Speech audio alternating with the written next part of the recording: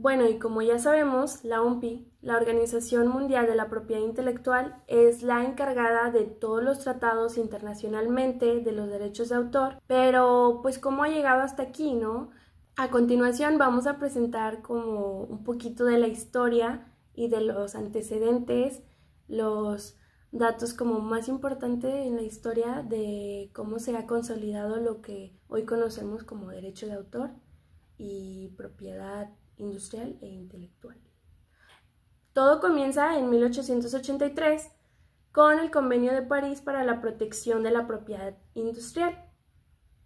Una década antes de que se consolidara este tratado, este convenio, pues los creadores de esa época se empezaron a manifestar en contra de que no había nada para la protección de sus obras, ¿no? De sus creaciones. En ese entonces era más como las patentes, eran como, más que artistas, eran como inventores.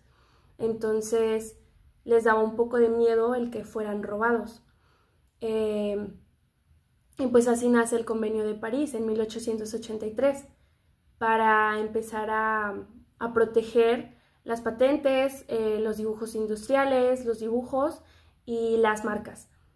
En 1886 aparece el Convenio de Berna para la protección de las obras literarias y artísticas. En gran parte aparece por el francés Victor Hugo. Era un artista que tenía una asociación de literatura y arte y pues básicamente ya abarcaba más como el ámbito artístico, las obras de teatro, la música, poemas, la escultura, la pintura. Y en 1891 aparece el Arreglo de Madrid, ya que en el Convenio de París decía que los países eran los que iban a decidir sobre arreglos particulares. Entonces, aquí es donde se celebra el primer arreglo particular que trataba sobre marcas, ya sea para servicios comerciales o industriales. En 1893 se crean las BIRPI, que básicamente son las siglas en francés de la OMPI.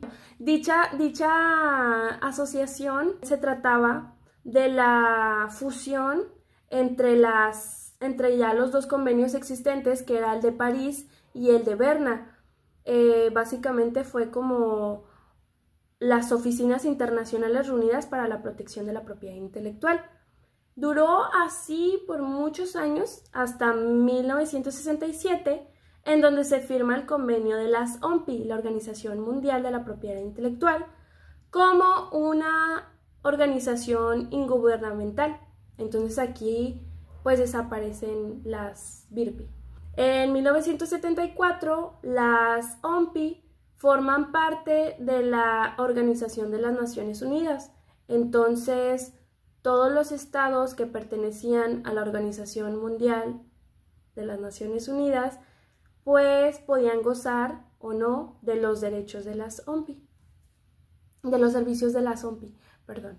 En 1978 se pone en marcha el sistema PCT, que es un tratado de cooperación en materia de patentes, el cual pues se convirtió como en el que más recurrían los inventores por sus asesorías para la propiedad intelectual. En 1994 se crea el CAMP dentro del OMPI, que el CAMP es el Centro de Arbitraje y Mediación, el cual su principal objetivo es como que si llega a surgir un problema mediático dentro del ámbito de la propiedad intelectual, pues ellos quieren como mediar estas situaciones sin fines de lucro y como que siempre de la manera más neutra. En 1998 aparece la Academia de las OMPI, que básicamente pues surge por que se dan cuenta de que la propiedad intelectual pues es una gran área y que necesitaban profesionales para pues esta área de la propiedad intelectual. Y en 2007 aparece la Agenda de Desarrollo, que pues esta agenda trajo como nuevos cuestionamientos, nuevas maneras de evaluar la información, de supervisar también la información, pues también al mismo tiempo de que la tecnología empezó a avanzar muy rápido y pues también había que actualizarse en cómo se tenía que evaluar la propiedad intelectual y los derechos de autor. En conclusión, yo creo que al estarnos preparándonos para ser profesionales en el ámbito artístico y tecnológico, siento que es de suma importancia conocer cómo funciona la propiedad intelectual y los derechos de autor. Y no solo eso, sino conocer también un poquito su historia, ¿no? De que si le vamos a dar uso, pues saber de dónde viene todo esto y entender de que las cosas están como están ahora, pues por algo, ¿no? Entonces sí, conocer un poco la historia, conocer bien los usos, cómo manejarlos a nuestro favor y pues gozar bien de sus servicios. La propiedad intelectual tiene una gran historia. Todo comienza con el Convenio de París en 1883, el cual protegía marcas e invenciones, con algunas limitantes, ya que su aplicación y cumplimiento dependía de los países que eran miembros de este mismo. Después surge el Convenio de Berna, el cual ya también cubre las obras literarias y artísticas. Estos convenios sentaron las bases para sistemas internacionales como el Arreglo de Madrid para marcas o el sistema PCT para patentes. En el ámbito nacional, cada país adaptaría estas normas para proteger las invenciones y obras locales. Por ejemplo, el derecho de autor, que protege automáticamente obras creativas, mientras que la propiedad industrial requiere un registro formal.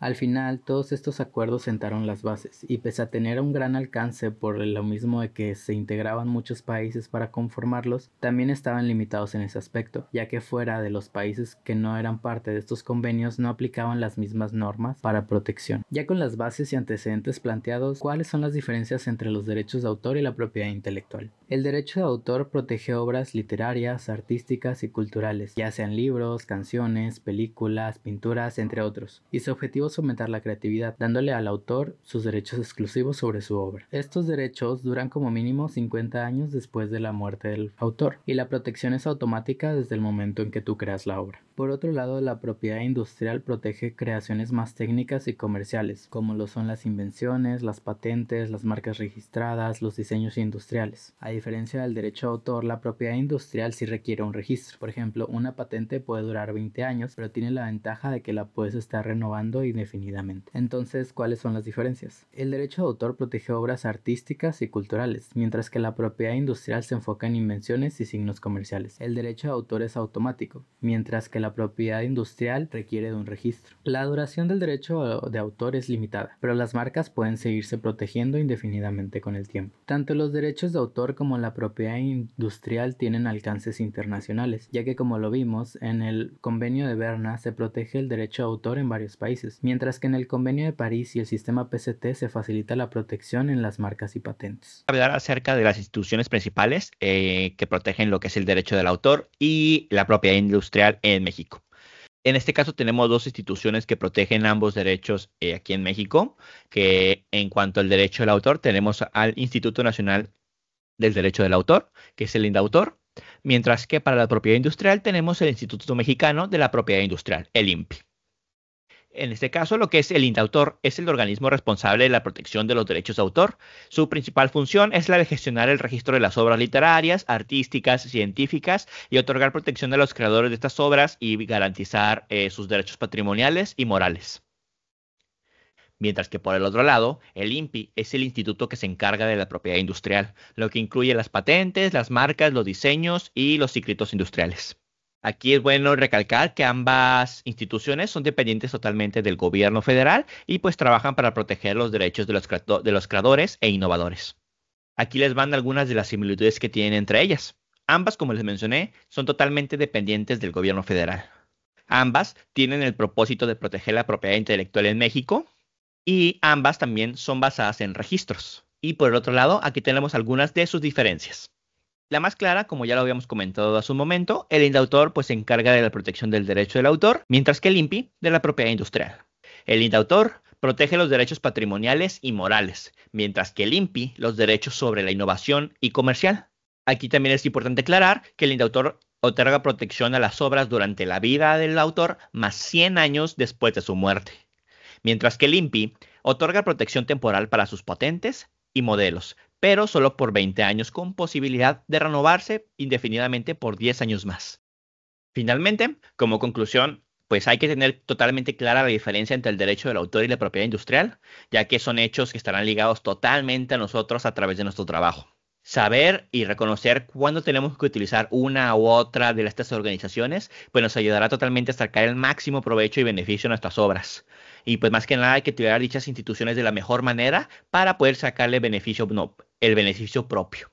A final de cuentas, como es una institución del gobierno, están hechas para servirnos y para apoyarnos. Gracias.